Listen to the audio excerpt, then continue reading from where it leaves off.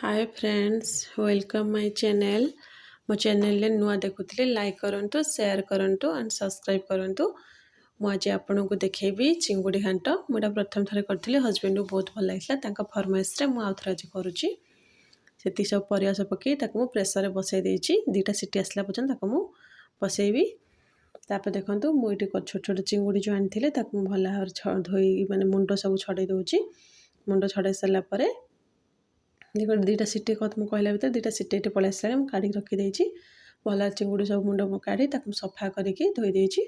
एवं तादे लुण हल्दी पकई हाथ में गोलेदेली देखो हाथ घोड़े गोलेले कौन सबुआड़े सब हलदी लुण सबुआड़े हम गोले सारापर मुझे कढ़ार सोरष तेल पकई चिंगुड़ी को भल भाव में भाजीदेली गोटे साइड होगा आ गोटे साइड उल्टेकी मुझे भाजी ये देखो बढ़िया मजे कलर तार पलि आसी भजा है कलर पलि आसी पूरा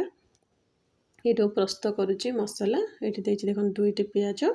6-7 पाखुड़ा रसुण अदा आ जीरा आटे मु पानी देकी मसला को भल भाव में ग्राइंडिंग करदेली से कढ़ई रे सोरष तेल पकई गोटा मसला मुझे देवी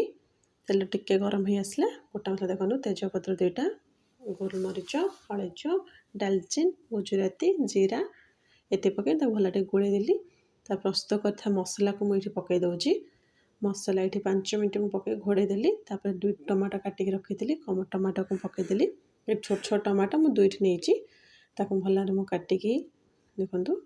धोईदे काटिक भल पकई देती मसला को 5 मिनट घोड़ेदेली टमाटो टिके सीझी आसला लुण हलदी लंका गुंड गरम मसला मुझे पकई बेसी किसी मसला ही पकईनी देखुं भल भाव गोलैकी 5 मिनट पर्यटन मुझे घोड़ेदबा से मसला जरीगले मैंने भल कषि होगला आम प्रस्तुत कर चिंगुड़ी को ये पकईदे चिंगुड़ी को भाजी सारापर मसला कसला जोड़ा आम सीझे रखी जो अंडाली पकईदे एमती आम खाईपर रुटी सांगे भात सांगे जे ग्रेवी खाइब पानी टिके दे फुटेदेबा गरम मसला धनिया पत्र देक आम सर्व कर गरम गरम चिंगुड़ी तरकारी।